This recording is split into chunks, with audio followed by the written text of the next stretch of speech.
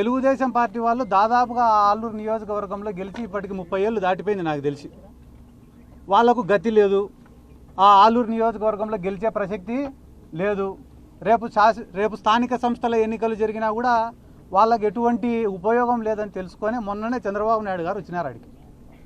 ఆలూరుకు వచ్చి మీరు ఏం చేస్తారో ఏమో తెలీదు, వచ్చే ఎలక్షన్ల కల్లా లేదా స్థానిక సంస్థల ఎన్నికల కల్లా ఇక్కడ తెలుగుదేశం పార్టీ జెండా ఎగరాలా, మీరు దాడులు చేస్తారా, కులాల మధ్యన కొట్లాటలు పెడతారా, విద్వేషాలను రెచ్చగొడతారా, అక్రమ కేసులు పెడతారా, భౌతిక దాడులు చేస్తారా, ఏం చేస్తారో మీ ఇష్టం.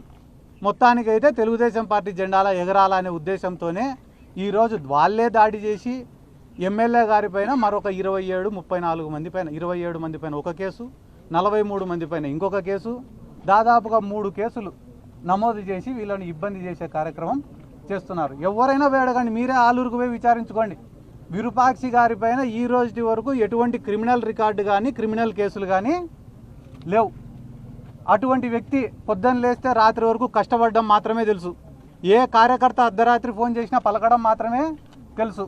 ఆయన ఎమ్మెల్యే కాకముందు నుంచి కూడా పార్టీ కార్యక్రమాలైనా ప్రభుత్వంతో ఏదైనా పని చేపించాలన్నా అహర్నిశలు కష్టపడుతున్నాడని ఒక మంచి పేరుంది. కాబట్టి 164 సీట్లు తెలుగుదేశం వాళ్ళు కూటమి వాళ్ళు గెలిచినప్పటికి కూడా ఆలూరు నియోజకవర్గంలో విరూపాక్షి గారు ఎమ్మెల్యేగా గెలిచినారు.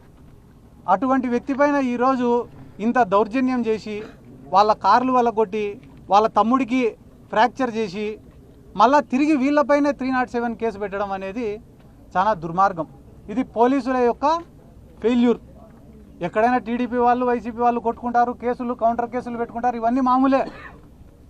కానీ దాడి చేసిన వాళ్ళపైనే వాళ్ళనేమో ఇడిచిపెట్టినారు, దాడి చేసిన వాళ్ళని గాయపడిన వాళ్ళనేమో తెచ్చి జైళ్ళల్లో పెట్టినారు.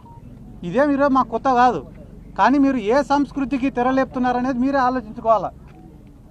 ఎందుకంటే రేపు వైఎస్ఆర్ కాంగ్రెస్ పార్టీ అధికారంలోకి వచ్చిన తర్వాత మేము సైలెంట్గానే ఉండొచ్చు, కానీ గాయపడినవాడు, దెబ్బతిన్నవాడు, అవమానం పొందినవాడు మర్చిపోతాడా?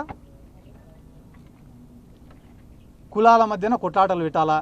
ఎంతోమంది నాయకుల్ని చూసినా, కొంతమంది బోయ సామాజిక వర్గానికి సంబంధించిన నాయకులు వచ్చినారు, వచ్చి విరూపాక్షి గారికి వ్యతిరేకంగా మాట్లాడిపోయినారు. అదే నాయకులు మా ముచ్చుమరి గ్రామంలో ఒక బోయ సామాజిక వర్గానికి సంబంధించిన బాలిక మిస్ అయితే ఏ నాయకుడు రాలే. దళిత సంఘ నాయకులు వచ్చినారు ఆడ మద్దతు తెలపడానికి.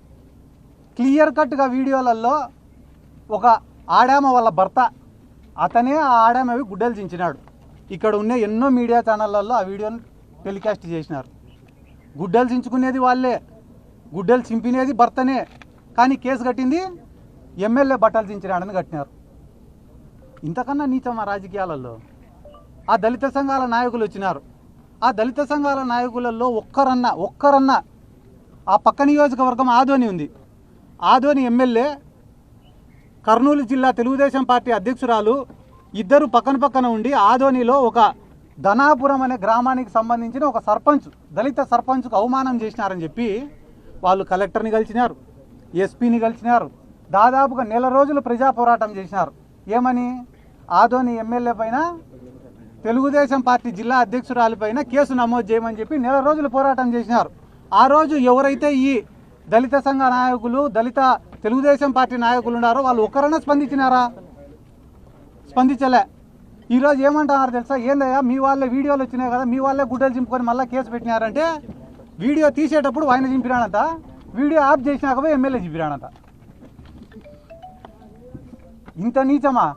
ఎవరో పోయి అడిగినారంటే చంద్రబాబు నాయుడిని కూడా, సార్ ఇంత వరస్ట్ గవర్నమెంట్ ఈ ప్రపంచంలోనే లేదంటున్నారు సార్.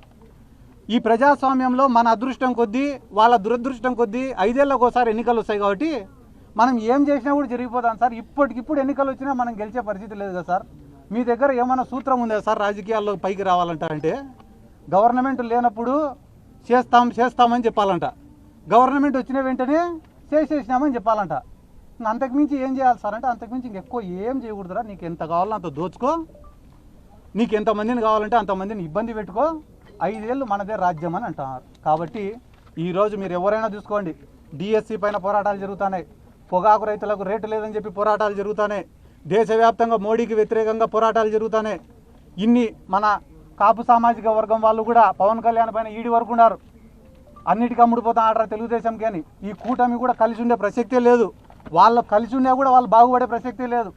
వీటన్నిటి నుంచి ఎట తప్పించుకోవాలని తెలియక ఇట్లా దాడులు, కేసులు, అవమానాలు, ఇబ్బందులు. వాళ్ళు ఒకటి గమనించాల్సిన విషయం ఏమరా అంటే, వైఎస్ఆర్ కాంగ్రెస్ పార్టీని ఇబ్బంది పెడుతున్నామని అనుకుంటున్న క్రమంలో వాళ్ళు వైఎస్ఆర్ కాంగ్రెస్ పార్టీని ఇడిచిపెట్టి సామాన్యులను కూడా ఇబ్బంది పెడుతున్నారు. ఈరోజు పోలీసులు మా పైన కేసులు పెడతారని మీరు అనుకుంటున్నారు. మా పైన కేసులు పెడితే మేము కనీసం పోరాడుతున్నాం. కానీ సామాన్యులపైన, అమాయకులపైన కేసులు పెడుతుంటే వాళ్ళకి ఎవరికి చెప్పుకోవాలని కూడా అర్థం కావడంలే.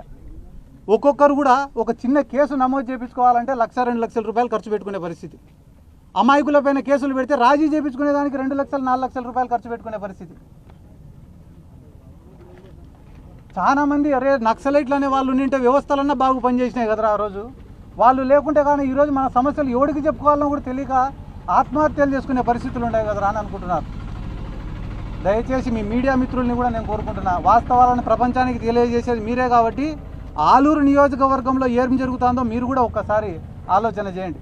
ఎక్కడో పక్క నియోజకవర్గంలో ఉండే బోయ సామాజిక వర్గం నాయకులు వచ్చి మాట్లాడినారు కదా, అదే నియోజకవర్గంలో ఉండే గుమ్మనూరు జయరాం గారు కానీ, బొజ్జమ్మ గారు కానీ వీళ్ళు ఎందుకు స్పందించలే అంటే విరూపాక్షి గారిది తప్పు లేదు కాబట్టి. విరూపాక్షి గారి పైన స్పందిస్తే స్థానికంగా ఉన్న బోయ సామాజిక వర్గం వాళ్ళు కానీ మిగతా కులస్తులు కానీ ఎవరు కూడా ఒప్పుకోరు కాబట్టి. బయట వాళ్ళది ఏముంది, వస్తారు తిడతారు పోతారు. కానీ స్థానికంగా ఉండే వాళ్ళు విమర్శలు చేస్తే రేపు ప్రజలను ఎదుర్కోవాలి కదా. ఇటువంటి అన్యాయాలన్నింటినీ ఎదుర్కోవడానికి సిద్ధంగా ఉండం. ఖచ్చితంగా రానున్న రోజులలో నేను చెప్పే మాట కాదు, ఎవరెవరైతే నిలుగుతున్నారో వాళ్ళకందరికీ చెప్తానా, 2 ఏళ్ళు మీ ఇష్టం, ఇంకా ఎన్ని కేసులు పెట్టుకుంటారో ఎన్ని దాడులు చేసుకుంటారో 2 ఏళ్ళు చేసుకోండి. కానీ అన్యాయంగా టీడీపీ వాళ్ళకన్నా ముఖ్యంగా అన్యాయంగా కేసులు పెట్టిన ఆఫీసర్లను మాత్రం, వైఎస్ఆర్ కాంగ్రెస్ పార్టీ కార్యకర్తలను, సామాన్య ప్రజలను ఎవరైతే అవమానపరుస్తున్నారో, అసభ్య పదజాలంతో మాట్లాడుతున్నారో, స్టేషన్కు పోవాలంటే కూడా భయానకరమైన వాతావరణాన్ని మీరు సృష్టిస్తున్నారో అటువంటి అధికారులకు చాలా సూటిగా స్పష్టంగా చెప్తున్నాం, మీరు ఖచ్చితంగా ఎంక్వైరీలు ఫేస్ చేయాల్సిందే. ఏ రకంగా అయితే ఈరోజు మేము కేసులు అనుభవిస్తున్నామో, మీ పైన సస్పెన్షన్లు, ట్రాన్స్ఫర్లు అని అనుకుంటారేమో, అది కానే కాదు. మీరు కూడా ఖచ్చితంగా కేసులు ఫేస్ చేయాల్సిందే, ఈ జైలును చూడాల్సిందే అని కూడా ఈ సందర్భంగా తెలియజేసుకుంటూ రాష్ట్రంలో డిఎస్సి గురించి జరుగుతుంది. డిఎస్సి టీచర్ పోస్టులు ఇవ్వలేకుండా కూడా ఇప్పుడు ధర్నాలు చేస్తున్నారని చెప్పి టీడీపీ వాళ్ళు ఆరోపిస్తారు. అంటే టీడీపీ పోస్టులు ఇవ్వలేని వాళ్ళు కూడా ధర్నా చేస్తున్నారంటే మీరు అమ్ముకున్నా కూడా తప్పు లేదా? ఇప్పుడు వైఎస్ఆర్ కాంగ్రెస్ పార్టీ చాలా స్పష్టంగా స్పోర్ట్స్ కోటాను అడ్డం పెట్టుకొని మీరు ఉద్యోగాలు అమ్ముకున్నారని చెప్పి చెప్తున్నారు. దానిపైన క్లారిటీ ఇవ్వమని చెప్పి మేము అడుగుతున్నాం. రెండోది బాధితులు అడుగుతున్నారు. దానిపైన మీరు చర్చ పెట్టకుండా మీరు ఇవ్వలేకపోయినారు, మేము ఇచ్చినాము, అది సందర్భం కాదు కదా. మేము అవకతవకలు జరిగిన డిఎస్సిలో అని చెప్తున్నాం. స్పోర్ట్స్ కోటా కింద మీరు ఏమని ఇచ్చినారు? మీరు ఎగ్జామ్ రాయకపోయినా కూడా మీకు ఉద్యోగం ఇస్తామని చెప్పినారు. మళ్ళీ జీవోలను మీరే సవరించుకున్నారు. కొత్తగా బ్రిడ్జ్ గేమ్ అంటే పేకాటతో సహా అన్ని గేమ్స్ని స్పోర్ట్స్ కోటాలో తీసుకొని వచ్చినారు. కొత్తగా స్పోర్ట్స్ సర్టిఫికేట్లు ఇచ్చినారు. ఎలిజిబుల్ లేని వాళ్ళకి స్పోర్ట్స్ సర్టిఫికేట్లు ఇచ్చినారు. ఇవన్నీ దాంట్లోకి సమాధానం చెప్పమని చెప్పి చెప్తుంటే మీరు ఇవ్వలేకపోయినారు, మేము ఇచ్చినాము, తప్పు కదా ఇది. అంటే మీరు ఎట్లయినా అమ్ముకోవచ్చా? బాధితులు అడిగే బాధితుల పక్షాన మేము మాట్లాడుతున్నాం తప్ప మా సొంత ఎజెండా కాదు కదా డిఎస్సీ. అంటే బాధితులే మీ పక్షాన లేరు, కేవలం రాజకీయ మనుగడ కోసం వైసీపీ ఇదంతా ఆందోళన చేస్తుందనేది వాళ్ళ వాదన. రాజకీయ మనుగడ మాకు అవసరం లే. మీరు గ్రామాలలోకి పోతే కానీ నీళ్లు ఇవ్వడం లే అని చెప్పి రైతులు ఆందోళనతో ఉన్నారు. పండించిన పంటలకు రేట్లు లేవని చెప్పి రైతులు ఆందోళనలో ఉన్నారు. విద్యార్థులు కూడా నిరుద్యోగ భృతి ఇవ్వడం లే అని చెప్పి ఆందోళనలో ఉన్నారు. ఉద్యోగాల కల్పన చేయడం లే అని చెప్పి ఆందోళనలో ఉన్నారు. ఇవన్నీ మీరు ఇచ్చినారా నిరుద్యోగ భృతి? దానికి ఒక్కదానికి నువ్వు సమాధానం చెప్పు. మాకు మనుగడ ఏమవసరము? 18 ఏళ్ళు దాటిన ఆడోళ్ళకి 1500 రూపాయలు ఇస్తామన్నారు, ఇచ్చినారా? మాకెందుకు ఆందోళన? మీరు ఒక ప్రాజెక్టు పేరు తీసుకున్నా, ఒక స్కీమ్ పేరు తీసుకున్నా, ఒకటి వైఎస్ రాజశేఖర రెడ్డి గారన్నా గుర్తుకు రావాలా, లేదా జగన్మోహన్ రెడ్డి గారన్నా గుర్తుకు రావాలా, లేదా అప్పట్లో ఎన్టీ రామారావు గారన్నా గుర్తుకు రావాలా? ఇప్పుడు చంద్రబాబు నాయుడు పేరు చెప్తే ఏం గుర్తొస్తుంది? స్కాములు తప్ప. అమరావతి పేరిట దోపిడీ. ఇవన్నీ ఎందుకన్నా? రేపు దేశంలో మీరు ఫేక్ అలిగేషన్ చేస్తున్నారు కదా. భోగాపురం ఎయిర్పోర్ట్ మేమే కట్టినామంటాడు కదా చంద్రబాబు నాయుడు. ఇది ఫాస్ట్ జనరేషన్. ఈ జనరేషన్లో యూట్యూబ్, ఫేస్బుక్, ఇన్స్టాగ్రాము ప్రతి దాంట్లో సబ్జెక్ట్ గ్యాదర్ చేయడంలో, నాలెడ్జ్ సంపాదించడంలో ఈ జనరేషన్ చాలా స్పీడ్లో ఉంది. ఎవరు పని చేసినారు, ఎవరు పని చేయలే, ఎవరు మాటలు చెప్పినారు, ఎవరు అబద్ధాలు చెప్పినారు, ఎవరు దౌర్జన్యం చేసినారు, ఎవరు మంచి చేసినారు అని తెలుసుకోలేని మూర్ఖపు పరిస్థితుల్లో ఈ జనరేషన్ అయితే లేదు. కాబట్టి లోకేష్, చంద్రబాబు నాయుడు, పవన్ కళ్యాణ్ వీళ్ళు చేస్తున్నటువంటి తప్పుడు ఆరోపణలను కనుక్కోలేని పరిస్థితుల్లో ఈ రాష్ట్ర ప్రజలైతే లేరు. మనమేమన్నా మూర్ఖులం కావచ్చు, కానీ రాష్ట్ర ప్రజలైతే ఈ జనరేషన్ అయితే అస్సలు కాదు. అంటే ఆల్రెడీ టైం డేట్ ఫిక్స్ అయింది, నేను చర్చకు సిద్ధము అని చెప్పేసి లోకేష్ సవాల్ విసిరితే జగన్ పారిపోతున్నాడు, రావడం లేదనేది లోకేష్. పేర్ని నాని గారు చాలా స్పష్టంగా ఇచ్చినారు, మీరు చూసినారో లేదో. లోకేష్, నువ్వు చర్చకు వచ్చేదానికైతే మేము చర్చకు సిద్ధంగా ఉన్నాం. జగన్మోహన్ రెడ్డి గారు చర్చకు రావాలంటే మీ ఫాదర్ నారా చంద్రబాబు నాయుడు గారిని రమ్మనండి, డేటు ప్లేసు మీరే ఫిక్స్ చేయండి, వస్తాడు. అది మాట.